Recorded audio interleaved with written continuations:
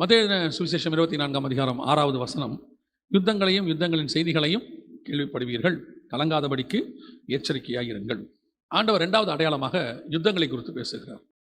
இந்த யுத்தத்தை குறித்து பேசும்போது 2-3 யுத்தங்கள் வேதத்தில் உண்டு. அதாவது 2-3 வகையான யுத்தம்.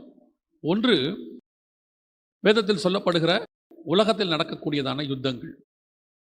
இன்னொன்று வாசிங்க, எபேசியர்கள் நிருபம் 6ஆம் அதிகாரம் 12வது வசனத்தை வாசிங்க. எபேசியர் 6:12 வாசிங்க. ஏனெனில் மாம்சத்தோடும் இரத்தத்தோடும் அல்ல, மாம்சத்தோடு இரத்தத்தோடும் அல்ல, துரைத்தனங்களோடும் அதிகாரங்களோடும் இப்பிரபஞ்சத்தின் அந்தகார லோகாதிபதிகளோடும், நல்லா கவனிங்க, இப்பிரபஞ்சத்தின் அந்தகார லோகாதிபதிகளோடும் வானமண்டலங்களில் உள்ள பொல்லாத ஆவிகளின் சேனைகளோடும் நமக்கு போராட்டம் உண்டு. எபேசியர் 6:12 இன்னொரு யுத்தத்தை குறித்து அவர் சொல்லுகிறார். இன்னொரு போராட்டம் எங்களுக்கு இருக்கிறது என்று சொல்லி அவர் சொல்லும்பொழுது அந்த இடத்துல மிக முக்கியமாக ஒரு விஷயத்தை சொல்லுகிறார். என்ன அப்படின்னு கேட்டிங்கன்னா, மாம்சத்தோடு இரத்தத்தோடு மாத்திரம் அல்ல சொல்லாமல் மாம்சத்தோடு இரத்தத்தோடும் அல்ல அப்படிங்கிறார். அந்த வசனம் பாருங்க, மாம்சத்தோடும் இரத்தத்தோடும் அல்ல, துரைத்தனங்களோடும் அதிகாரங்களோடும் இப்பிரபஞ்சத்தின் அந்தகார லோகாதிபதிகளோடும். அப்போ ஒரு ஆவிக்குரிய யுத்தம், 2 வகையான யுத்தம் இருக்கு. ஆனால் இப்பொழுது இங்கே என்ன சொல்லப்பட்டிருக்கிறது என்றால், இந்த மாம்சத்தோடு இரத்தத்தோடும் அல்ல, துரைத்தனங்களோடும் அதிகாரங்களோடும் அப்படின்னு. துரைத்தனங்களோடு அதிகாரங்களோடு கூட நமக்கு ஒரு யுத்தம் இருக்கிறது. எந்த துரைத்தனத்தோடு கூட அதிகாரங்களோடு கூட என்று சொன்னால், இந்த பூமியில் இருக்கக்கூடியதான துரைத்தனங்கள் அதிகாரங்கள், அதாவது இந்த பூமியில் இருக்கக்கூடிய அரசாட்சிகள், அதுக்கு அவர்களுக்கு கொடுக்கப்பட்டிருக்கிற அதிகாரங்கள், இவைகளோடு கூட நமக்கு ஒரு யுத்தம் இருக்கிறது. ஆனால் இந்த யுத்தம் எப்படிப்பட்டதான யுத்தமாக இருக்கு அப்படின்னு கொஞ்சம் யோசிச்சு பார்த்தீங்கன்னா, அவர்கள் அதிகாரத்திலிருந்து போராடுகிறார்கள், நாம் அவர்களுக்கு எதிராக ஆவியிலிருந்து போராடுகிறோம். ஆனால் நம்முடைய போராட்டம் அவர்களை போல அல்ல. இப்போ நான் சொல்றது ஒருவேளை உங்களுக்கு புரியலன்னா, நான் இப்போ ஒரு உதாரணத்தோட சொல்றேன், நல்லா கவனிங்க. ஒரு ஆவிக்குரிய போராட்டம் ஆபிரகாம் காலத்திலிருந்து நமக்கு நடக்கிறது. ஆபிரகாமை கர்த்தர் அழைத்து ஒரு தேவனுடைய திட்டத்தை நிறைவேற்றும்படி ஆதியாகமம் 11 அழைக்கிறார். ஆதியாகமம் 11 அழைத்து கூட்டிட்டு வர்றார். அதே காலகட்டத்தில் அதே ஆதியாகமம் 11 பிசாசினுடைய ராஜ்யம் உலகம் முழுக்க சிதறி போகிறது. ஆண்டவர் எல்லாரையும் சிதறி போக பண்ணினார் பாபிலோன்ல இருந்து. ஒரு பக்கம் பிசாசின் ராஜ்யம் உலகம் எங்கும் போகிறது, ஒரு பக்கம் ஆபிரகாமை அதே பாபிலோனிலிருந்து, ஏன்னா அப்போஸ்தலர் நடவடிக்கைகள் 7ஆம் அதிகாரம் 2-3 வசனம் சொல்லுது, மெசொப்பொத்தாமியா தேசத்திலிருந்து அழைத்து கொண்டு வந்தார். அதே பாபிலோன் அங்கிருந்து ஆபிரகாமை அழைத்து கொண்டு தேவன் வருகிறார். இப்போ இவங்க 2 பேருக்குமான யுத்தம் தான் இருக்கிறது. இந்த 2 பேருக்குமான யுத்தத்தில் பிசாசு இப்பிரபஞ்சத்தின் அதிபதிகள், இங்க சொல்ல வசனம் சொல்லுது பாருங்களேன், துரைத்தனங்களோடும் அதிகாரங்களோடும் இப்பிரபஞ்சத்தின் அந்தகார லோகாதிபதி. இந்த பிசாசு என்ன செய்வான்னு கேட்டீங்கன்னா, அவன் போராடும் போது நேரடியா உங்ககிட்ட எங்கிட்டையும் வந்து போராடாம இந்த உலகத்தில் இருக்கக்கூடியதான மனிதர்களை நமக்கு எதிராய் பயன்படுத்துவான். இப்ப எப்படி தேவன் தம்முடைய ராஜ்யத்தை நம்மை கொண்டு இந்த பூமியில ஸ்தாபிக்க விரும்புகிறாரோ, அப்படி ஸ்தாபிக்க விரும்புகிற நமக்கு எதிராக அவன் என்ன செய்வான்னா, இங்க இருக்கிற மனுஷர்களை எழுப்பி விடுவான். அவர்கள் நமக்கு விரோதமாய் போராடுவார்கள், ராஜ்யத்தை செய்ய விடாதபடிக்கு, அதாவது தேவனுடைய ராஜ்யம் பூமிக்கு வராதபடிக்கு தடுப்பார்கள். இது ஒரு வகையான யுத்தம் நமக்கு இருக்கிறது. இதுதான் ஒரு வகையான போராட்டம். நீங்க பொதுவா யாரை எதிரியா பாக்குறீங்க அப்படின்னு கேட்டீங்கன்னா, பிசாசு யாரை யூஸ் பண்றானோ அந்த யூஸ் பண்ற ஆளை நீங்க எதிரியா பாக்குறீங்க. ஆனா உண்மையிலேயே அந்த யூஸ் பண்ற ஆள் நமக்கு எதிரி அல்ல, யூஸ் பண்ற பிசாசு தான் நமக்கு சத்ரு. இது நமக்கு தெரியணும். இப்போ ஒருத்தர் கத்தி எடுத்துட்டு சண்டை போட வரானா, அந்த கத்தியை எடுத்து புடுங்கி போட்டுட்டோம்னா இவனை ஜெயிச்சிடலான்னு அர்த்தம் கிடையாது. அவன் வேற கத்தி எடுப்பான், இல்ல அவன் வேற ஈட்டி எடுப்பான், இல்ல கொஞ்சம் கல் எடுப்பான். இப்ப ஜெயிக்க வேண்டியது கத்தியை அல்ல, கத்தியை பிடிச்சிருக்கிற ஆளை ஜெயிக்கணும். அதே மாதிரி தான் பிசாசு சில ஆயுதங்களை, மனிதர்களை கையில பிடிச்சிருக்கிறான். அந்த காலத்துல ஆபிரகாமுக்கு விரோதமா அபிமெலேக்கு வந்தான், ஈசாக்குக்கு விரோதமா வந்தான், அப்புறம் யாக்கோபுக்கு விரோதமா லாபான் வந்தான், அப்புறம் இஸ்ரவேலருக்கு விரோதமா எகிப்தியர்கள் வந்தாங்க, அப்புறம் அசீரியர்கள் வந்தாங்க, அப்புறம் பாபிலோனியர்கள் வந்தாங்க. இப்போ இப்பிரபஞ்சத்தின் அந்தகார லோகாதிபதி என்ன பண்றான், துரைத்தனங்களையும் அதிகாரங்களையும் தன் கையில் எடுத்துக்கொண்டு நமக்கு விரோதமாய் போராடுகிறார். நாமோ தேவனுடைய திட்டத்தை சுமக்கிறவர்களா இருக்கிறோம், தேவனுடைய சித்தத்தை பூமியில் செய்கிறவர்களா இருக்கிறோம். ஆனா நாம போராடக்கூடிய போராட்டம் என்னன்னா, அவன் எல்லா அதிகாரத்தையும் யூஸ் பண்ணி நம்ம கிட்ட செய்வான், நாம எந்த அதிகாரத்தையும் எதிர்க்க மாட்டோம். ஆனா நம்ம கிட்ட இருக்கிற ஒரே அதிகாரம் முழங்கால் என்கிற அதிகாரம் இருக்கிறது. இந்த முழங்காலுக்கு கீழே அவைகளை முடக்க கர்த்தர் வல்லமை உள்ளவராய் இருக்கிறார். நாம போராடுற விதமே வேற, நம்ம போராட்ட முறை வேற, அவங்க போராடுற முறை வேற. இப்போ உலகத்துல ஒரு மார்க்கத்துக்கு விரோதமா ஒரு கட்சியோ ஒரு அதிகாரமோ ஒரு நாடோ எழுமிச்சுன்னா, அந்த மார்க்கத்தார் எதிர்த்து யுத்தம் பண்ணி போராடி சண்டை போட்டு அல்லது கிளர்ச்சி பண்ணி தீவிரவாதம் பண்ணி ஏதோ ஒன்று செய்வாங்க. ஆனா உங்களுக்கும் எனக்கும் அந்த முறையை கர்த்தர் சொல்லவில்லை. ஆண்டவர் நமக்கு கொடுத்திருக்கிற முறையே வேற. அடிச்சாலும் உதைச்சாலும் கொன்னாலும் எரிச்சாலும் நாம் உள்ளுக்குள்ளிருந்து முழங்கால் போட்டு யுத்தம் பண்ணுகிறவர்கள். அதனால தான் நம்ம ஆட்கள் அழகாக ஒரு பேர் வச்சாங்க, முழங்கால் யுத்தம் என்று பேர் வச்சாங்க. பரிசுத்தவான்கள் அப்படி ஒரு பேரை வச்சாங்க பாருங்க. ஏன் அப்படின்னு கேட்டீங்கன்னா, இந்த அந்தகார லோகாதிபதிகள் என்ன செய்யறாங்கன்னா, துரைத்தனங்களையும் அதிகாரங்களையும் நமக்கு எதிராக கொண்டு வந்து யுத்தம் பண்ணுகிறார்கள். இந்த யுத்தத்தை எதிர்க்கிற நீங்களும் நானும் எப்பொழுதும் இந்த யுத்தத்தை எதிர்ப்பதற்கு என்ன செய்ய வேண்டும்? நாம இந்த உலகத்தின் அதிகாரத்தையும் உலகத்தின் துரைத்தனங்களையும் நாம் எடுக்க வேண்டிய அவசியம் இல்லை. ஏன் இல்லைன்னா, நம்ம கிட்ட இருக்கிற அதிகாரம் அதை விட மேலான அதிகாரம் நம் கையில் இருக்கிறது. எல்லா துரைத்தனங்களையும் ஜெயிக்கிற அதிகாரம் நம் கையில் இருக்கிறது. அது ஸ்பிரிச்சுவல் அதிகாரம். நான் திருப்பி சொல்லுகிறேன், நீங்கள் எவ்வளவு அதிகாரத்திலிருந்து போராடினாலும் இந்த யுத்தத்தில் ஜெயிக்க முடியாது. நீங்க இந்த பூமியின் அதிகாரத்தையும் துரைத்தனத்தையும் கையில வச்சுக்கிட்டாலும் உங்களால் ஜெயிக்க முடியாது. ஏன்னா இந்த பூமிக்குரிய அதிகாரம் எல்லாமே இந்த பூமிக்குரியது, ஆனால் நமக்கு வானத்துக்குரியது. நம்ம கிட்ட இருக்கிற அதிகாரம் வேற. இப்ப பாருங்க, இயேசு கிட்ட ஒரு அதிகாரம் வருது, அவர் எப்படி அதை யூஸ் பண்றாருன்னு பாருங்களேன். யோவான் எழுதின சுவிசேஷம் 13ஆம் அதிகாரம் 3 வசனங்களை வாசி. நம்முடைய கையில் பிதா எல்லாவற்றையும் ஒப்பு கொடுத்தார் என்பதையும் தாம் தேவனிடத்திலிருந்து வந்ததையும் தேவனிடத்திற்கு போகிறதையும் இயேசு அறிந்து. இப்ப இயேசு கிட்ட எல்லா அதிகாரமும் இருக்கு, பிதா எல்லாத்தையும் கொடுத்துட்டார். இப்ப இயேசு என்ன பண்றாருன்னு மட்டும் பாருங்க. இயேசு அடுத்து போஜனத்தை விட்டு எழுந்து வஸ்திரங்களை கழற்றி வைத்து ஒரு சீலையை எடுத்து அறையிலே கட்டி கொண்டு பின்பு பாத்திரத்தில் தண்ணீர் வார்த்து சீஷருடைய கால்களை கழுவவும். என்னங்க அதிகாரம் வந்த உடனே என்ன பண்ணுவான்? எல்லாரும் நம்ம காலை கழுவணும்னு சொல்லுவோம்.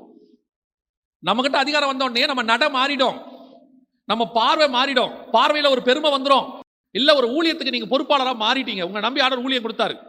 எதற்காக ஊழியம் கொடுக்கப்பட்டது? அதிகாரம் பண்ணுவதற்கு அல்ல. அந்த அதிகாரத்தை எப்படி யூஸ் பண்ணணும் நமக்கு தெரியணும்.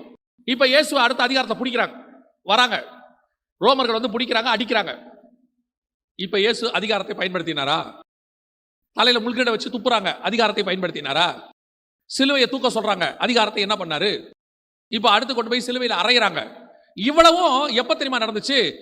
பிதா தன் கையில் எல்லாவற்றையும் ஒப்பு கொடுத்தார் என்பதை இயேசு அறிந்து. ஓ, இப்ப என் கையில எல்லாமே இருக்குதுப்பா. அப்பனா அதிகாரம் கையில் வருவது என்பது ஒரு சோதனை. இப்போ உன் கையில எல்லாம் இருக்கு, நீங்க நினைச்சா அந்த ஆளை கொல்ல முடியும், வானத்துல இருந்து அக்கினி இறக்க முடியும், 50 பேரை பட்சிக்க முடியும். ஆனா செய்யக்கூடாது, அடி வாங்கணும். இதுதான் அதிகாரம். இயேசு செஞ்சதை சொல்றேன்.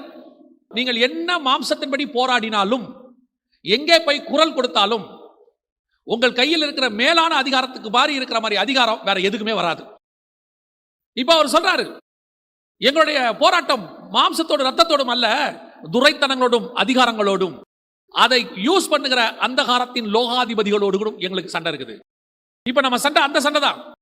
நாம எப்பவுமே இந்த உலகத்தின் அதிகாரத்தை கையில வாங்கணும்னு நினைக்க கூடாது. வாங்கினாலும் ஒரு பிரயோஜனம் இல்லை. இப்போ எஸ்தர் ராஜகுமாரத்தி, எல்லாரும் அதை தான் சொல்லுவாங்க. பாருங்க, எஸ்தர் ராஜகுமாரத்தியா இருந்துச்சுனால யூதர்களுக்காக பேச முடிஞ்சிச்சு. எஸ்தர் ராஜகுமாரத்தி, அதனால ராஜா கிட்ட நேரா போக முடிஞ்சிச்சா? இல்ல. எஸ்தர் ராஜகுமாரத்தி, ஆனாலும் 3 நாள் உபவாசம் போட வேண்டி இருந்துச்சு. எஸ்தருக்காக யாரோ உபவாசமும் போட வேண்டி இருந்துச்சு, மொர்தெக்காய் உபவாசம் போட வேண்டி இருந்துச்சு. ஆனா இந்த அம்மா போய் நேரா ராஜான்னு போல போய் முற்றத்துல நிக்குது. அதுவும் சொல்லிட்டு போது, நான் கேட்காம போறேன், என்னை கொன்னாலும் கொன்னுடுவாங்க, செத்தாலும் சாகுறேன். இப்ப போய் நிக்குது. நின்ன உடனே வசனம் சொல்லுது, ராஜாவின் கண்களில் எஸ்தருக்கு தயவு கிடைத்தது. அந்த தயவை கிடைக்க பண்ணினவர் யார்? அந்த தயவை கிடைக்க பண்ணினவர் யார்? அதிகாரம் கிடைக்க பண்ணல, ராஜ வஸ்திரம் கிடைக்க பண்ணல. அவனே கேட்கிறான், முற்றத்துல நிக்கிறது யாருன்னு கேட்கிறான். அப்படியானால் கவனித்துக் கொள்ளுங்கள், நம்ம எதிர்த்து போராடக்கூடியதான இந்த துரைத்தனங்கள், அதிகாரங்கள், அதை யூஸ் பண்ணக்கூடிய பிரபஞ்சத்தின் லோகாதிபதி, அவனோடு கூட போராட வேண்டியதுதான் நம்முடைய அவசியம். அதுதான் ஆண்டவர் நமக்கு வச்சிருக்கிறதான மிக முக்கியமான யுத்தம். இந்த பிசாசு எப்படி மனுஷனை யூஸ் பண்ணுவான்றதுக்கு பைபிள்ல ஒரு நல்ல உதாரணம் இருக்குது. வாசிங்க, தானியேல் தீர்க்கதரிசன புஸ்தகம் 10ஆம் அதிகாரம் 13வது வசனத்தை வாசி. பெர்சியா ராஜ்யத்தின் அதிபதி 21 நாள் மட்டும் என்னோடு எதிர்த்து நின்றான். யார் சொல்றது இந்த வார்த்தையை? தூதன் வந்து சொல்றான். பெர்சியா தேசத்து அதிபதி 21 நாள் மட்டும் என்னோடு கூட எதிர்த்து நின்றான். எப்படி ஒரு உலக பிரகாரமான அதிபதி வானத்திலிருந்து வரக்கூடியதான தூதனை எதிர்த்து நிற்பான்? வசனம் தெளிவு அங்க இருக்கு பாருங்க. பெர்சியா தேசத்தின் அதிபதி 21 நாள் மட்டும் என்னோடு எதிர்த்து நின்றான். சரி, இப்ப நிக்கிறான். முதல்ல இவன் எப்படி நின்னான்? எப்படி முடியும்? ஒரு மனுஷனால வானத்துல வர தூதனை எதிர்த்து நிக்க முடியுமா? சரி, 2வது தொடர்ந்து வாசிங்க. ஆனாலும் பிரதான அதிபதிகளில் ஒருவனாகிய மிகாவேல் எனக்கு உதவியாக வந்தான். அப்படின்னா இவன் என்ன சொல்றான்? எனக்கு ஹெல்ப் பண்றதுக்கு யார் வந்தது? மிகாவேல் வந்தான். ஏன் அப்புறம் இந்த தூதனால பெர்சியா தேசத்து அதிபதியோட சண்டை போட முடியல? ஏன் இவன் கூட அவன் சண்டை போட முடியாம இவனுக்கு உதவி செய்யறதுக்கு மிகாவேல் வராரு, மைக்கேல் வராரு? அப்படின்னா இங்க என்ன நடக்குது? இருக்கிறவன் யாரு? பெர்சியா தேசத்து அதிபதி. ஆனால் அந்த அதிகாரம், அந்த துரைத்தனத்தில் அவன் உட்கார்ந்து இருக்கிறான். அவனை யூஸ் பண்றது யார் தெரியுமா? அந்தகாரத்தின் லோகாதிபதி, பிரபஞ்சத்தின் அந்தகார லோகாதிபதி பிசாசு அவனுக்குள்ள இருக்கிறான், ஃபோர்ஸ் பண்றான். ஃபோர்ஸ் பண்ணும்போது வசனம் சொல்லுது, அந்த தூதனை எதிர்த்து இவன் நின்றான். அப்படின்னா அங்க எதிர்த்து நிக்கிறது மனுஷன் அல்ல, அவனுக்குள் கிரியை செய்கிற பிசாசு. அங்க இருக்க வசனம் இருக்கு பாருங்க. அந்த பிசாசை எதிர்க்கிற அதிகாரம் யாருக்கு இருக்குது? சாதாரண தூதனுக்கு இல்ல, கேருபாகிய அந்த யுத்தத்தில் பிரதான அதிபதியில் ஒருவர் மிகாவேல் வந்தான். அப்ப இந்த உலகத்தின் அதிகாரங்களுக்குள்ளே யார் இருந்து கிரியை செய்கிறதுன்னு பாத்தீங்கன்னா பிசாசு இருந்து கிரியை செய்கிறது. அதனாலதான் அவர் சொல்றாரு, எங்களுடைய போராட்டம் ரத்தத்தோடு மாம்சத்தோடும் அல்ல, அதிகாரங்களோடு கூட, துரைத்தனங்களோடு, அதோடு கூட கிரியை செய்கிற பிரபஞ்சத்தின் லோகாதிபதியோடு. இந்த யுத்தம் தான் இப்ப நடந்துட்டு இருக்கு. இதை நீங்க புரிஞ்சுக்கணும்.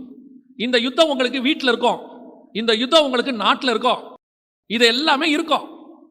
வீட்டுக்குள்ள உங்களுக்கு எதிராக பேசுறவங்க இல்ல, உங்களுடைய ஆவியை தூண்டுறாங்களா, உங்க ஊழியத்துக்கு விரோதமா இருக்கிறாங்களா, அல்லது உங்களை ஆவிக்குரிய வாழ்க்கையில வளர விடாதபடிக்கு தடையா இருக்கிறாங்களா? நீங்கள் எதிர்த்து நிற்கிறது அந்த மனுஷனை அல்ல, அவனுக்குள் கிரியை செய்கிற ஆவியை. இது உங்களுக்கு தெரியணும். இப்ப சில நேரத்துல கணவன் ரட்சிக்கப்படல, மனைவி ரட்சிக்கப்படல, அவங்க உங்களுக்கு எதிராக இருக்கிறாங்க ஆவிக்குரிய வாழ்க்கையில. இப்ப நிறைய பேர் என்ன முடிவு எடுக்கிறாங்க? இவங்க வேண்டாம், இவங்களை விட்டுட்டு போயிடுவோம். இப்ப நீங்க முடிவெடுக்கிறது யார் வேண்டாம் எடுக்கிறீங்க தெரியுமா? அவர்களை வேண்டாம் என்று அந்த மாம்சத்தோடு நீங்க முடிவெடுக்கிறீர்கள், அந்த ரத்தத்தோடு முடிவெடுக்கிறீர்கள்.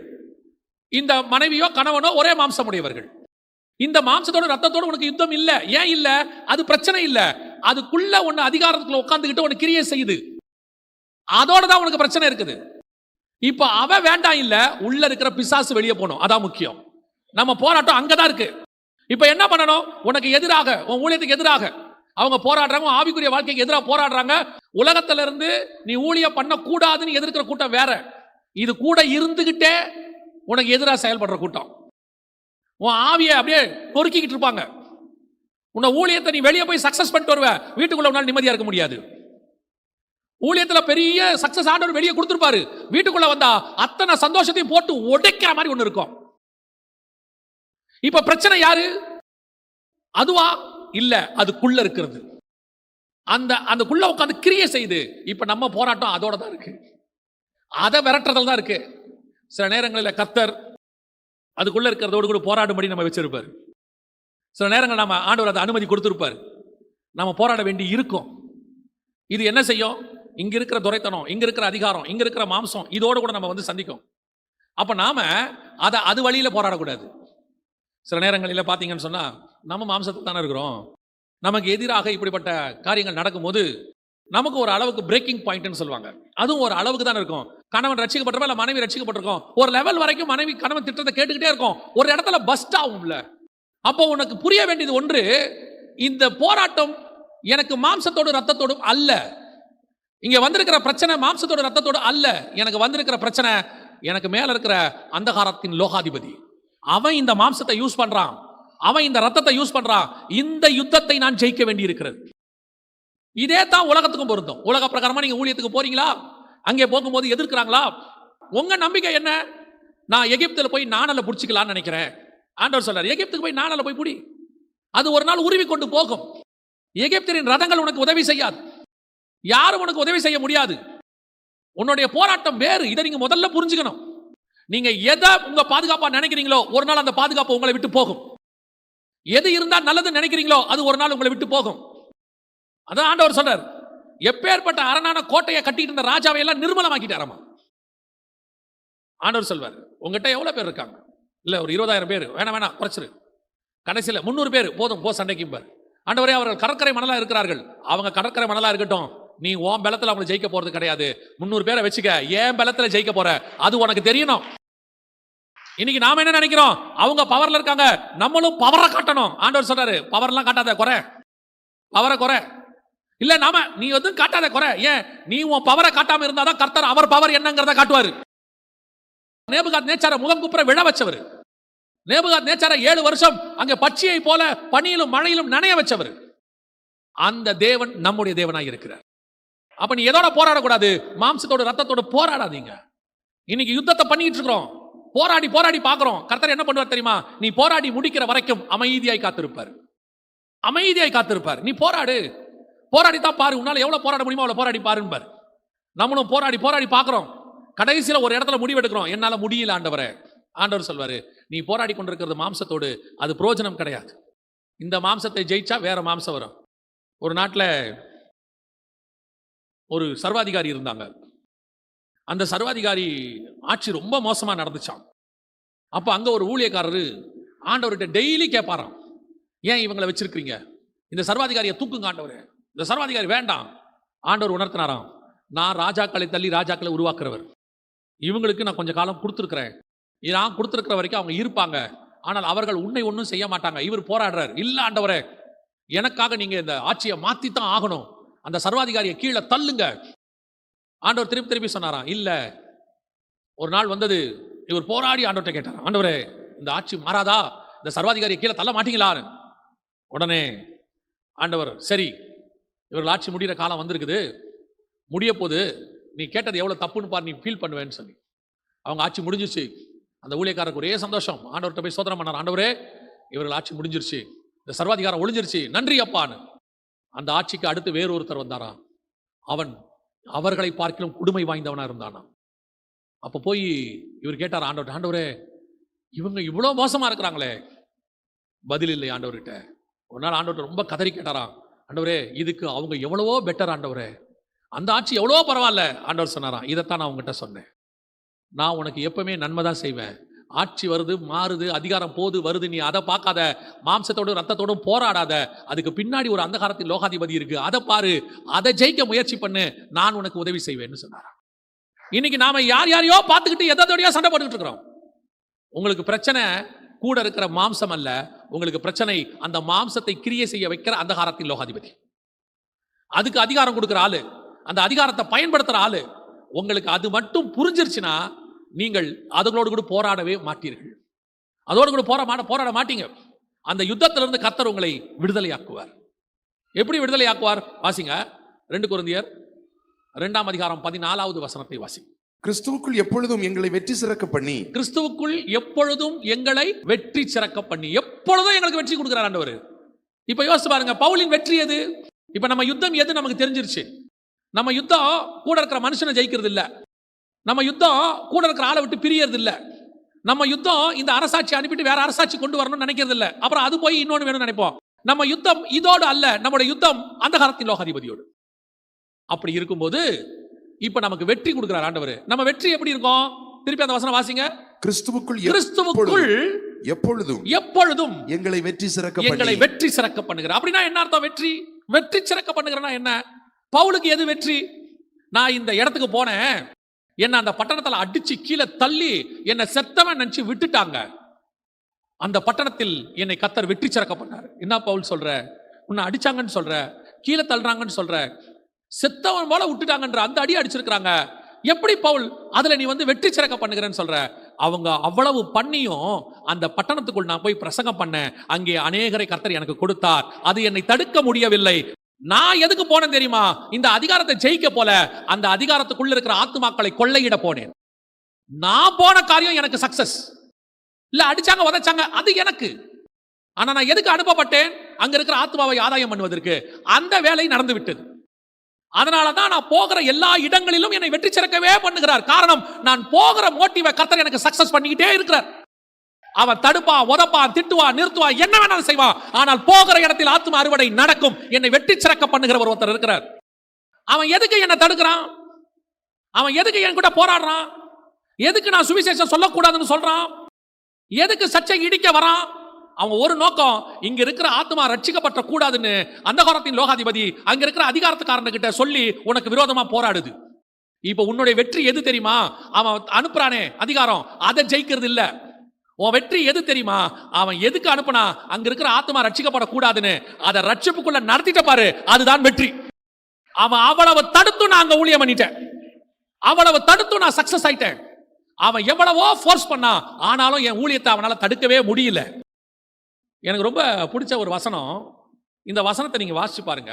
ஆவியானவர் எப்படி கொடுத்திருக்கிறாருன்னு பாருங்களேன். வாசிங்க வெளிப்படுத்தின விசேஷம் 15ஆம் அதிகாரம் 2வது வசனத்தை வாசி. அந்தியும் அக்கினி அக்கினி கலந்த கண்ணாடி கடல் போன்ற ஒரு கடலையும் மிருகத்திற்கும் அதாவது அந்தி கிறிஸ்துவுக்கு மிருகத்திற்கும் அதன் சொரூபத்திற்கும் அவன் வைக்கிற சிலைக்கும் அதன் முத்திரைக்கும் அவன் போட போற முத்திரைக்கும் அதன் நாமத்தின் லெக்கத்திற்கும் அதாவது 666க்கும் உள்ளாகாமல் ஜெயம் கொண்டவர்கள் தேவ சுரமண்டலங்களை பிடித்துக் கொண்டு அந்த கண்ணாடி கடலருகே நிற்கிறதையும் கண்டேன். கவனிங்க, ஆக்சுவலா என்ன நடந்திருக்கு தெரியுமா? இவங்க முத்திரை போட மாட்டேன்னு சொல்லியிருக்காங்க. இவங்க அவனுடைய சட்டங்களை ஏற்றுக்கொள்ள மாட்டேன்னு சொல்லியிருக்கிறாங்க. அந்தி கிறிஸ்துவை எதிர்த்து இருக்கிறாங்க. அதனால இவங்க ரத்த சாட்சியா மரிச்சிட்டாங்க. இவங்களை அவன் கொன்னுட்டான். அந்த காலத்துல உபத்திரவ காலத்துல இவங்க மரிச்சிட்டாங்க. ஆனா வசனம் என்ன சொல்லுது? அன்றியும் அக்கினி கலந்த கண்ணாடி கடல் போன்ற ஒரு கடலை கண்டேன். மிருகத்திற்கும் அதன் சுரூபத்திற்கும் அதன் முத்திரைக்கும் அதன் நாமத்தின் லக்கத்திற்கும் உள்ளாகாமல் ஜெயம் கொண்டவர்கள். என்னது? ஜெயம் கொண்டவர்கள். இவன் செத்துட்டா, ஆனா பைபிள் சொல்லுது ஜெயிச்சிட்டவன் சொல்லுது. உலகத்தை பொறுத்த வரைக்கும் ஒரு சண்டையில ஒருத்தன் செத்துட்டானா அவன் தோத்துட்டான். 2 பேர் சண்டை போட்டுக்கிட்டு இருக்காங்க. அந்த சண்டையில ஒருத்தன் செத்துட்டானா பைபிள் சொல்லுது அவன் தோத்துட்டான். உயிரோட இருக்கிறவன் தான் ஜெயிச்சான். பாக்ஸிங் நடக்குது, அப்படியே அடிக்கிறாங்க, நாக் அவுட் ஆயிட்டான். ஒருத்தன் கீழே மல்லாக்கா விழுந்து முடிஞ்சாச்சு, 10 எண்ணியாச்சு. இப்ப கீழே விழுந்து கிடக்கிறவனுக்கு பேரு தோத்தவன், நிக்கிறவனுக்கு பேரு ஜெயிச்சவன். ஆனா பைபிள் படி என்ன ஒருத்தன் அடிக்க வந்தான், அவன் என்ன அடிச்சா கிறிஸ்துவின் நிமித்தம் நான் அடி வாங்கினேன், நான் செத்துட்டேன், அதனால நான் ஜெயிச்சிட்டேன். உயிரோடு இருக்கிறவன் தோத்துட்டான். இதுதான் உலகத்தின் நீதிக்கும் பரலோகத்தின் நீதிக்கும் டிஃபரன்ஸ். எவ்வளவு அழகா இருக்கு பாருங்க வசனம்.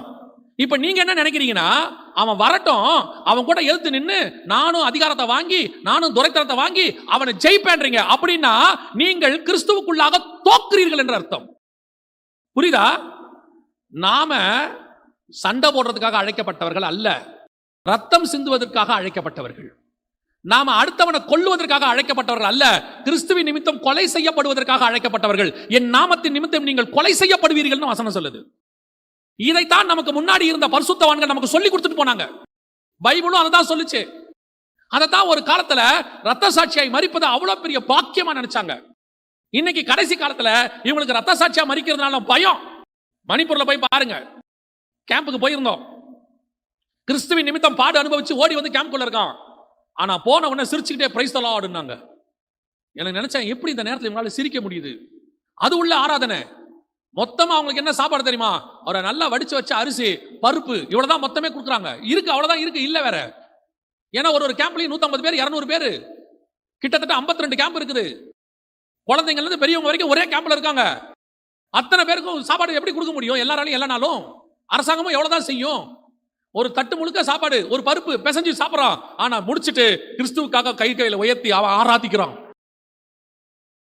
அவன் அடிச்சவன் தோத்துட்டான். இவன் கேம்ப்ல தான் இருக்கான், ஆனா இவன் தான் ஜெயிச்சான் கிறிஸ்துவின் பார்வையில.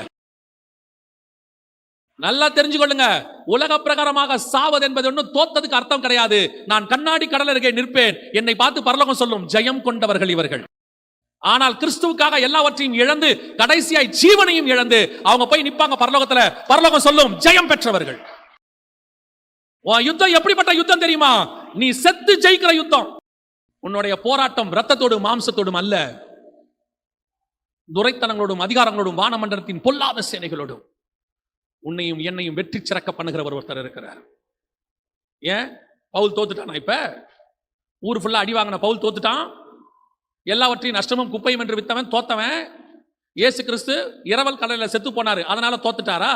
அவர் மரணத்தை ஜெயமாய் விழுங்கினார்னு வசனம் சொல்லுது. எப்போ? அவர் செத்ததனால. கவனிச்சு கொள்ளுங்க, உங்களை நியாயம் தீர்க்கிறவர் ஒருத்தர் உட்கார்ந்துகிட்டு இருக்கிறார். இவங்க பண்றதுக்கெல்லாம் நீங்க நியாய தீர்ப்பை பத்தி யோசிக்காதீங்க. நாம இந்த அதிகாரத்தையும் துரைத்தனத்தையும் வாங்குறதுக்கு பேரு ஞானம் இல்ல. நம்முடைய போராட்டம் இதுவோடும் அல்ல. நம்முடைய போராட்டம் அந்தகாரத்தின் லோகாதிபதிகளோடு, வானமண்டலத்தின் பொல்லாத சேனைகளோடு கூட. இப்போ கோலியாத்து தாவீதோட சண்டை போட போனா, கோலியாத்து சொல்லிட்டு போறாரு, நான் தாவீது கிட்ட சண்டை போட போறேன் அப்படின்னு சொன்னா, கோலியாத்து கூட இருக்கிறவங்க என்ன சொல்லுவான்? கோலியாத்து கூட இருக்கிறவங்க என்ன சொல்லுவான்? ஏன்பா உன் சைஸுக்கும் வெயிட்டுக்கும் ஹைட்டுக்கும் சின்ன பையன்கிட்ட போய் சண்டை போட்டுக்கிட்டு இருக்கிற சொல்லுவானா மாட்டானா? நீ யார்கிட்ட சண்டை போட போன தெரியுமாப்பா?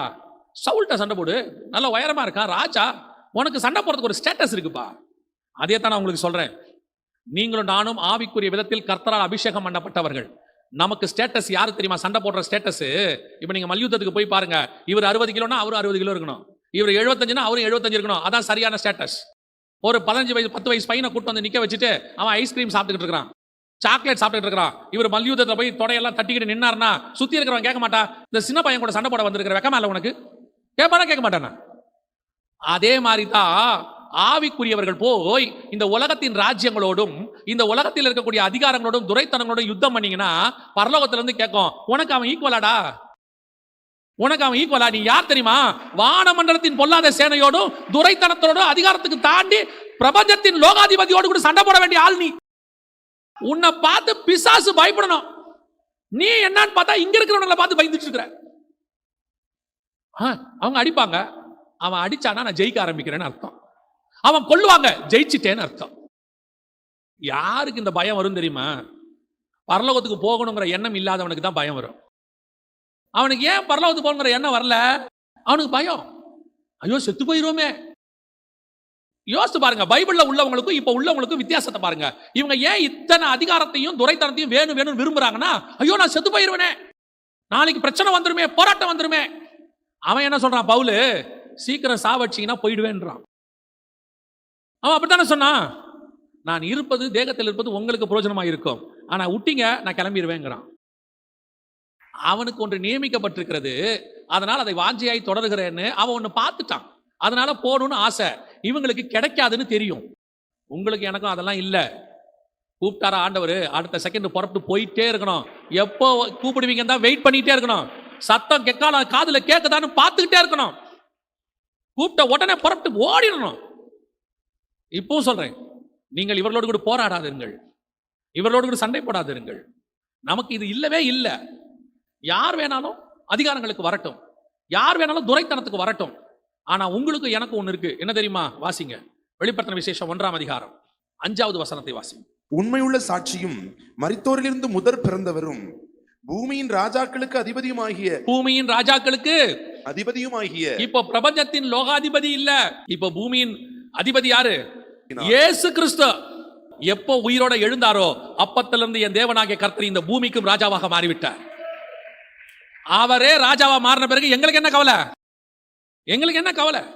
பார்வோனின் குமாரத்தின் மகன் சொல்றதே பெருமனா, நான் சர்வ வல்லவரினுடைய மகன் சொல்றதுல எவ்வளவு பெருமை இருக்கும் எனக்கு. இவங்களுக்கு இந்த அதிகாரம் துரைத்தனம் தேவைப்படுது, எங்களுக்கு சர்வ வல்லவருடைய அதிகாரம் இருக்கு.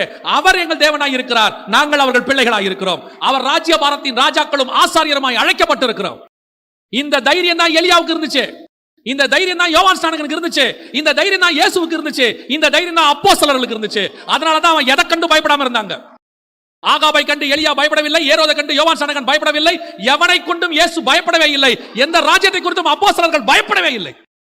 இன்னும் மாறாய் நான் சொல்லுவேன், ஆகாப்பு எலியாவை கண்டு பயந்தான், ஏரோது யோவான் ஸ்நானகனை கண்டு பயந்தான். இயேசுவை கொண்டு வானமும் பூமியும் பயப்படுகிறது, அப்போஸ்தலரை கொண்டு ராஜாக்கள் பயந்தார்கள். காரணம், எங்கள் மேல் உள்ள அபிஷேகம் அப்படிப்பட்டது, அப்படிப்பட்ட வல்லமையின் அபிஷேகம் அது. அந்த அபிஷேகத்தை உடைய உனக்கும் எனக்கும் ஏன் இந்த உலகத்தின் அதிகாரம், இந்த உலகத்தின் துரைத்தனம் தேவையே கிடையாது. இன்னும் சொல்ல போனா 1 ராஜாக்கள் 18ல எலியாவை பார்த்து கர்த்தர் சொல்லுவார். 1 ராஜாக்கள் 18:1 வாசிங்க.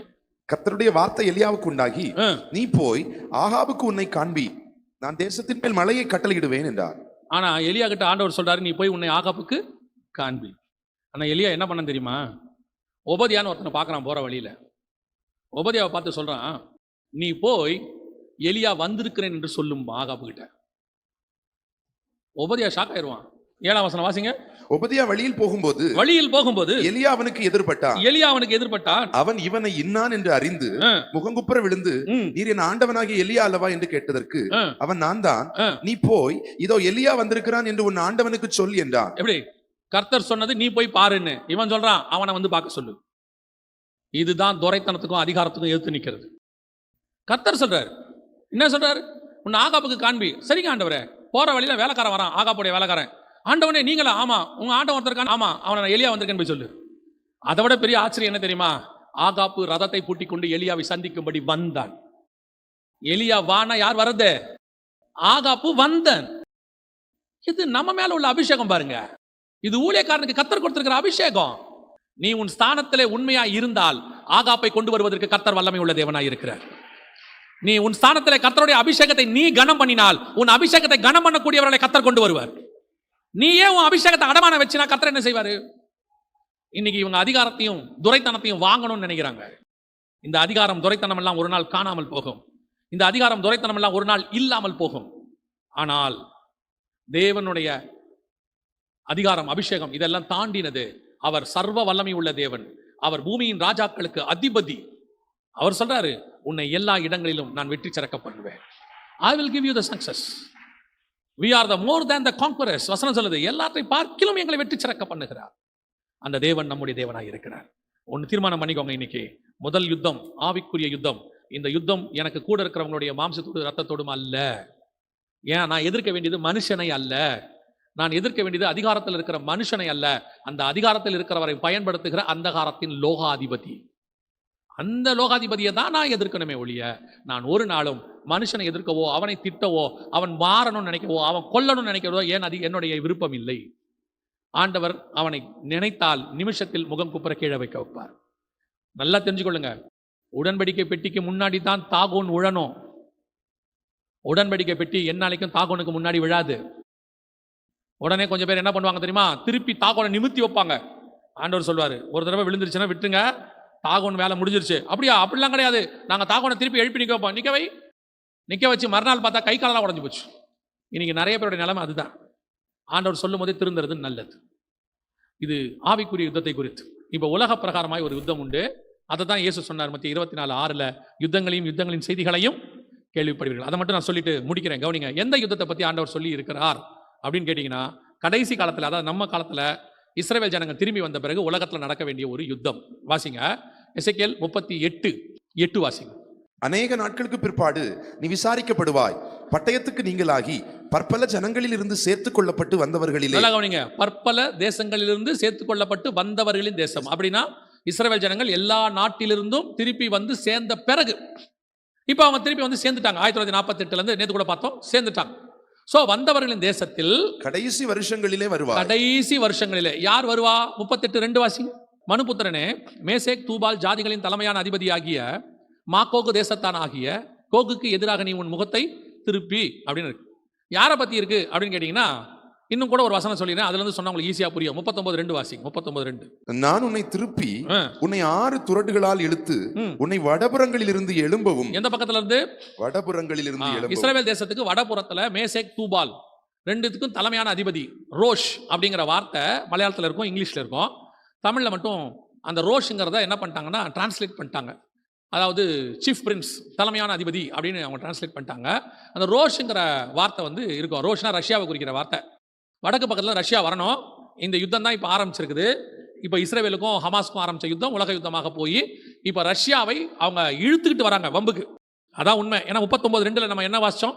நான் உன்னை திருப்பி உன்னை 6 துறடுகளால் இழுத்து. 6 துறடுகளால் இழுத்து அப்படின்னா என்ன அர்த்தம்னா, வரமாட்டானவா, வாயில போட்டு இழுத்துக்கிட்டு வருவாராம். இப்ப ரஷ்யாவை அதை தான் செஞ்சுட்டு இருக்காங்க. ரஷ்யா புறப்படாத இருக்கு, அப்படியே இருக்கு. ரஷ்யாவுக்கான நியாய தீர்ப்புக்கான காலம் அது. இப்ப ரஷ்யா புறப்பட வைக்கிறாங்க. ரஷ்யா வருது. இப்ப ரஷ்யா புறப்படுகிறதை நீங்கள் பார்ப்பீர்கள். ரஷ்யா குண்டு போட்டுச்சு, இல்ல ரஷ்யா மேல குண்டு போட்டாங்க, ரஷ்யா யுத்தத்துக்கு ரெடி ஆயிருச்சுன்றதை பேப்பர்லயோ டிவிலையோ எங்கேயோ நீங்க ஒரு தடவை பார்த்தீங்கன்னா நீங்க ஒன்று தெரிஞ்சுக்கணும், யுத்தம் ஆரம்பிச்சிருச்சு. எசேக்கியேல் 38:39 சொல்லப்பட்ட கடைசி வருஷங்களில் ஆரம்பிக்க வேண்டிய யுத்தம். இந்த யுத்தத்தை தான் இயேசு சொன்னார். யுத்தங்களையும் யுத்தங்களின் செய்திகளையும் கேள்விப்படுவீர்கள். 38:16 வாசிங்க. 38:16. நீ தேசத்தை கார்மேகம் போல் மூட என் ஜனமாகிய இஸ்ரேலுக்கு விரோதமாக எழும்பி வருவாய். கடைசி நாட்களிலே இது சம்பவிக்கும். கடைசி நாட்களில் நடக்க வேண்டிய யுத்தம் இதுதான். இப்ப இந்த யுத்தம் ஆரம்பிக்கிற நிலைமைக்கு வந்துருச்சு. இந்த யுத்தத்தை வந்து இப்பொழுது ஆல்மோஸ்ட் நம்ம நெருங்கிட்டோம், கிட்ட வந்துட்டோம். எப்ப வேணாலும் இந்த யுத்தம் வரும். இந்த யுத்தத்துக்கும் நல்ல கவனிங்கள், திருப்பி சொல்றேன், இந்த யுத்தத்தை குறித்து நீங்கள் செய்ய வேண்டியது என்ன? இப்போ இந்த யுத்தம் ஆரம்பிச்சிச்சுன்னா பூமியில் இருக்கிற 1/4 பங்கு ஜனங்கள் பாதிக்கப்படுவார்கள்னு இருக்கு. மிகப்பெரியதான ஒரு பேரழிவு எல்லாமே நடக்க போகுது. ஆனா இந்த யுத்தத்தை பத்தி நமக்கு ஆண்டவர் சொல்ற வார்த்தை என்ன, அதை மட்டும் வாசிச்சுங்க, நம்ம முடிச்சிடலாம். மத்திய 24:6 வாசிங்க. யுத்தங்களையும் யுத்தங்களின் செய்திகளையும் கேள்விப்படுவீர்கள், கலங்காதபடி எச்சரிக்கையாயிருங்கள். கலங்காதபடி எச்சரிக்கையாயிருங்கள். அது ஏன் பயப்படாதபடிக்கு எச்சரிக்கையாருங்கன்றாரு? யுத்தங்களையும் யுத்தங்களின் செய்திகளை என்ன செய்ய போறீங்க? கேட்க போறீங்க. ஆனா பயப்படாதீங்கன்னு சொல்றாரு. இது ஆண்டவர் சொல்றது. பயப்படாதபடிக்கு எச்சரிக்கையாயிருங்கள். ஏன்னா நீங்கள் பயந்தால் நீங்கள் பயந்தது உங்களுக்கு நேரிடும். வசனம் சொல்லுது, நான் பயந்தது எனக்கு நேரிட்டது. பயம் ஒரு வகையான பாவம். பைபிளை பொறுத்த வரைக்கும் ஆண்டவர் பயத்தை குறித்து ஒரு வார்த்தை சொல்றாரு. 21ஆம் அதிகாரம் 8வது வசனம் வாசிங்க. பயப்படுகிறவர்களும் அவிசுவாசிகளும் அருவருப்பானவர்களும் கொலைபாதகரும் விபச்சாரக்காரரும் சூனியக்காரரும் விக்கிரகாத ஆராதனைக்காரரும் பொய்யர் அனைவரும் இரண்டாம் மரணமாகிய அக்னியும் கந்தகமும் எரிகிற கடலிலே பங்கடைவார்கள் என்றார். இந்த இத்தனை பாவத்தோடு கூட எதை சேர்க்கிறார் ஆண்டவர்? பயத்தையும் சேர்க்கிறார். அப்ப பயம் என்பது பாவத்துக்கு ஈக்குவல். எந்த பயம்? உலக பயம், நடக்க போற காரியங்களுக்கெல்லாம் பயப்படுறது. அதனால தான் ஆண்டவர் திருப்பி சொல்றார் மத்திய 24:6 யுத்தங்களையும் யுத்தங்களின் செய்திகளையும் கேள்விப்படுவீர்கள், கலங்காதபடிக்கு எச்சரிக்கையாயிருங்கள். பயப்படாதீங்க. பயந்தீங்கன்னா தான். இப்போ இந்த கொரோனா வந்துச்சு, பாதி பேருக்கு மரணம் எதில் தெரியுமா? பயத்தினால. அந்த கொரோனா ஜெயிக்கக்கூடியதான ஒரு வைரஸ் தான், உலக பிரகாரமாகவே சொல்கிறேன். இப்போவும் கொரோனா இருக்குது எவ்வளோ பேருக்கு, ஆனால் அந்த அளவுக்கு மரணம் இல்லை. காரணம் என்னன்னா, இப்போ டாக்டர்ஸ் கூட நம்ம ஊரில் கூட சொல்லுவாங்க, அதாவது மருந்து பாதி, நீங்கள் அதை நம்புறீங்க பார்த்தீங்களா, அது பாதிம்பாங்க. டாக்டர் மருந்து கொடுக்குறாரு, அது பாதி தான் சுகமாக்கும். நீங்கள் நம்பிக்கையோட போடுறீங்கல்ல, அந்த நம்பிக்கை தான் மீதி சுகமாக்கும்னு சொல்லுவாங்க. நீங்கள் நம்பிக்கை இல்லாமல் எவ்வளோ மாத்திரை எடுத்தாலும் சுகமாகாதும்பாங்க. அது ஒரு உதாரணமாக சொல்லுவாங்க. அந்த மாதிரி நீங்கள் பயப்படுறதுக்கால இந்த கொரோனாவில், ஐயோ கொரோனா வந்துரும்னா வந்துருச்சு நிறைய பேருக்கு. ஐயோ இந்த கொரோனா நான் பிழைக்கவே மாட்டேன், பிழைக்கல. கேன்சரில் ஜெயிச்சவங்க இருக்கிறாங்க, அவங்க சொல்கிறாங்க கான்ஃபிடென்ட்டாக இருந்தேன் நான், இந்த கேன்சர் என்ன ஒன்றும் பண்ணாதுன்னு சொன்னேன், அது என்ன பண்ணலைன்னு சொல்கிறாங்க. அதே மாதிரி தான் யுத்தங்கள் வரும், செய்திகள் வரும், மிக மோசமான காரியங்களை டிவி சொல்லும். இத்தனை பேர் செத்துட்டா, ஒரு ஊர் அழிஞ்சிருச்சு, ஒரு ஊரே எரிஞ்சிருச்சு, ஒரு குண்டு போட்டு ஒரு நகரமே மொத்தம் காணாம போச்சுப்பாங்க. அது பக்கத்து நகரத்தை கூட சொல்லுவாங்க. ஆனா நீங்க பயப்படாதீர்கள். காரணம், உன் பக்கத்தில் 1000 பேர் விழுந்தாலும், உன் வலது பக்கத்தில் 10,000 பேர் விழுந்தாலும் அது உன்னை அணுகாது. நீ பயப்படாம இருக்கணும், அதான் ரொம்ப முக்கியம். பயம்தான் பிசாசுடைய ஆயுதம். ஆதாம் பழம் சாப்பிட்ட உடனே வந்த பாவங்கள்ல ஃபர்ஸ்ட் பேட்ச் பாவத்துல ஒரு பாவம் பயம். வசனம் சொல்லுது, ஆண்டவர் உலாவுகிற சத்தத்தை கேட்டு அவன் பயந்து விருட்சங்களுக்குள்ளே போய் ஒளிந்து கொண்டான். அங்க ஆரம்பிச்சது பயம், ஏதேன்ல. இப்போ இந்த மாதிரி யுத்தங்கள் உலகம் முழுக்க தொடங்கியாச்சு. இன்னும் அதிகம் போகும். எப்படி நீங்க கொரோனாவை கேட்டீங்க, அதை விட அதிகமா கேட்பீங்க. ஒரு குண்டுல ஒரு சிட்டியே காணாம போச்சுன்னு சொல்லுவாங்க. இவ்வளவு நடக்கும். இவ்வளவு கேட்டாலும் உங்களுக்குள்ள ஒன்று இருக்கணும், கர்த்தருடைய நேரம் வராமல் என் ஜீவன் இந்த பூமியை விட்டு போகவே போகாது.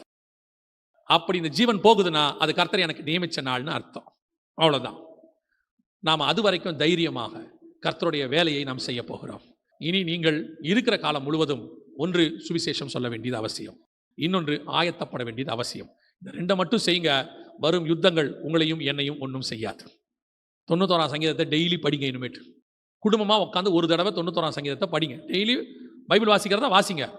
குடும்பமாக உட்காந்து ஒரு தடவை 91ஆம் சங்கீதத்தை கண்டிப்பாக படிங்க. நான் உன்னதமானவருடைய மறைவில் இருக்கிறேன், சர்வ வல்லவருடைய நிழலில் தங்குவேன். பகலில் பறக்கும் அம்பிற்கும் இருளில் நடமாடும் கொள்ளை நோய்க்கும் மத்தியானத்தில் உலாவும் சங்காரத்திற்கும் நான் பயப்பட மாட்டேன். இனி வருகிற காலங்களில் இந்த சங்கீதம் யூஸ் ஆகும். இவைகள் எல்லாவற்றுக்கும் மத்தியில் கர்த்தர் உங்களையும் என்னையும் பறந்து காக்கிற பட்சியை போல பாதுகாப்பார். செட்டைகளின் மறைவிலை வைத்து கர்த்தர் பாதுகாப்பார். அல்லேலூயா. நாம் ஜெபிக்க போகிறோம். எல்லாரும் முதல்ல சொன்ன பாயிண்ட்டை மறந்துடாதீங்க. நம்முடைய போராட்டம் மாம்சத்தோடு இரத்தத்தோடு அல்ல, அதிகாரங்களோடும் துரைத்தனங்களோடும் வானமண்டலத்தின் பொல்லாத சேனைகளோடும் அந்தகார லோகாதிபதிகளோடும் நாம் ஜெபிக்க போகிறோம். எந்திரிக்கலாமா நாம் எல்லாரும்? Thank you Lord. ஒப்பு கொடுத்து ஜெபம் பண்ணுவோமா? உனக்குள்ளே என்ன பயம் இருந்தாலும் இன்னைக்கு ஆண்டவர் சமூகத்தில் ஒப்படைச்சிடுங்க. ஆண்டவருடைய கரத்தை மீறி எதுவும் நடக்காது. உனக்குள்ளே இருக்கிற வியாதியாக இருந்தாலும் ஆண்டவர் சொன்னார்னா வெளியே போயிடும். ஆண்டவர் உள்ளே வந்தார்னா மரணம் வெளியே போயிடும், வியாதி வெளியே போயிடும், உன் வீட்டுக்குள்ள இருக்கிற தரித்திரம் போயிடும், எல்லாம் வெளியே போயிடும். காரணம், சர்வ வல்லமை உள்ள தேவன் உன் வீட்டுக்குள்ள இருக்கிறார். அவர் வானத்துக்கும் பூமிக்கும் ராஜாவாக இருக்கிறார். அவர் வந்துட்டார்னா அது முழுவதும் கர்த்தர் மாற்றி அமைச்சிருவார் எல்லாத்தையும். நீ தைரியமாக இருங்க. அதனால தான் ஆண்டவர் திருப்பி திருப்பி சொல்வார், விசுவாசத்தினால் உண்டாகிற தைரியம். நம்ம ஒப்பு கொடுப்போமா தேவ சமூகத்தில்? சர்வ வல்லமை உள்ள தேவன் நமக்கு ராஜாவா இருக்கிறார்னா எவ்வளோ சந்தோஷம் பாருங்க. அவர் நமக்கு அப்பாவா இருக்கிறார், எவ்வளோ சந்தோஷம் பாருங்க. அவர் நம்மோடு கூட துணையாக இருக்கிறார், எவ்வளோ சந்தோஷம். நம்ம யாரும் எதுவுமே செய்ய முடியாது. இஸ்ரவேலை காக்கிறவர் முன்னும் பின்னுமாக இருக்கிறார். நம்முடைய தூதர்களை அவர் தம்முடைய தூதர்களை நமக்கு அனுப்பி வைத்திருக்கிறார். தூதர்கள் எப்படிப்பட்டவங்க தெரியுமா? ஒருத்தன் 1000 பேரையும் 2 பேர் 10,000 பேரையும் விட்டுவான். அப்படிப்பட்ட தூதர்களை கர்த்தர் நமக்கு தந்திருக்கிறார். எப்படிப்பட்ட பாடிகார்டு. இதெல்லாம் தாண்டி பரிசுத்த ஆவியானவர் நமக்குள்ளே வாசம் பண்ணுகிறார். இவ்வளோ பாதுகாப்பு இருக்கு. உள்ளங்கையில் வரைஞ்சிருக்கிறாரு, கண்ணின் கருவிக்குள்ள வச்சிருக்கிறாரு, வஸ்திர தொங்கலுக்குள்ள மூடி இருக்கிறாரு, செட்டைகளின் மறைவில் வச்சிருக்கிறாரு. இதையெல்லாம் தாண்டியா எதுவும் நடக்க போது? ஒன்றும் நடக்காது. தேவன் நம்மோடு கூட இருக்கிறார். ஒப்பு கொடுப்போமா தேவ சமூகத்தில்? சர்வ வல்லமை உள்ள எங்கள் தகப்பனே, இந்த அருமையான நேரத்துக்காக உமக்கு ஸ்தோத்திரம். உடைய கிருபையுள்ள கரத்தில் எங்களை தாழ்த்துகிறோம். எங்களுக்காக யுத்தம் பண்ணுகிறவர் ஒரு இருக்கிறீர் ஆண்டவரே. உம்மாலே ஒரு சேனைக்குள் பாய்வேன், உம்மாலே ஒரு பெரிய மதலை தாண்டுவேன் ஆண்டவரே. என்னால தாண்ட முடியாத மதிலா இருந்துச்சுன்னா அந்த எரிகோ கோட்டையை நீங்க இடிச்சு கொடுத்துருவீங்க ஆண்டவரே.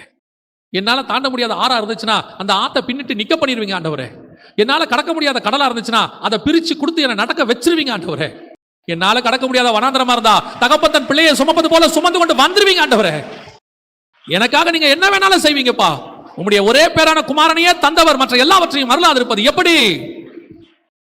The Almighty God, the Almighty God, சர்வ வல்லமை உள்ள தேவன். அவர் சாவாமை உள்ளவர், அவர் ஆதியும் அந்தமும் ஆனவர். அப்படிப்பட்ட தேவன் எங்களோடு கூட இருக்கிறீங்கப்பா, நடத்துகிறீங்கப்பா, எங்களுக்கு முன்னாடி போறீங்கப்பா. நீங்க இருக்கும்போது எங்களுக்கு என்னப்பா கவலை? நீங்க இருக்கும்போது எங்களுக்கு ஏன்பா பயம்? நீங்க இருக்கும்போது எங்களுக்கு யார் எங்களை என்ன செய்ய முடியும்? கர்த்தர் எங்கள் பட்சத்தில் இருந்தால் எங்களுக்கு எதிராய் நிற்பவன் யார்? Praise you Jesus, praise you Jesus. Thank you Lord. நன்றி ஆவியானவரே, நன்றி நன்றி நன்றி. அவர்கள் குதிரைகளை குறித்தும் ரதங்களை குறித்தும் மேன்மை பாராட்டட்டும். அவர்கள் பதவிகளை குறித்தும் பட்டங்களை குறித்தும் மேன்மை பாராட்டட்டும். அவர்கள் ஆஸ்திகளை குறித்தும் கட்டடங்களை குறித்தும் மேன்மை பாராட்டட்டும். நாங்களோ எங்கள் தேவனாகிய கர்த்தருடைய நாமத்தை குறித்து மேன்மை பாராட்டுவோம். Thank you Jesus, thank you Jesus, thank you Lord. நன்றி ஆவியானவரே, நன்றிப்பா, நன்றிப்பா. இவங்க ஈட்டிகளையும் கேடகங்களையும் பரிசுகளையும் பிடித்துக்கொண்டு யுத்தத்துக்கு போகிறார்கள். நாங்களோ இவர்கள் மறந்துவிட்ட இஸ்ரவேலின் தேவனாகிய சேனைகளின் கர்த்தரின் நாமத்தை கொண்டு யுத்தத்துக்கு போகிறவர்கள். எங்கள் யுத்தம் கர்த்தருடைய யுத்தம், எங்களுடைய யுத்தம் கர்த்தருடைய யுத்தம். எங்கள் யுத்தம் மனுஷனோட அல்ல, எங்கள் யுத்தம் கர்த்தரின் யுத்தம். நன்றி ஆவியானவரே, கோடான கோடி ஸ்தோத்திரம். கிருபையுள்ள கரத்தில் எங்களை தாழ்த்துகிறோம். மகிமையின் தேவன் நடத்துவீராக. இயேசு கிறிஸ்துவின் நாமத்தில் ஒப்பு கொடுத்து ஜெபிக்கிறோம் ஜீவனுள்ள நல்ல பிதாவே, ஆமென்.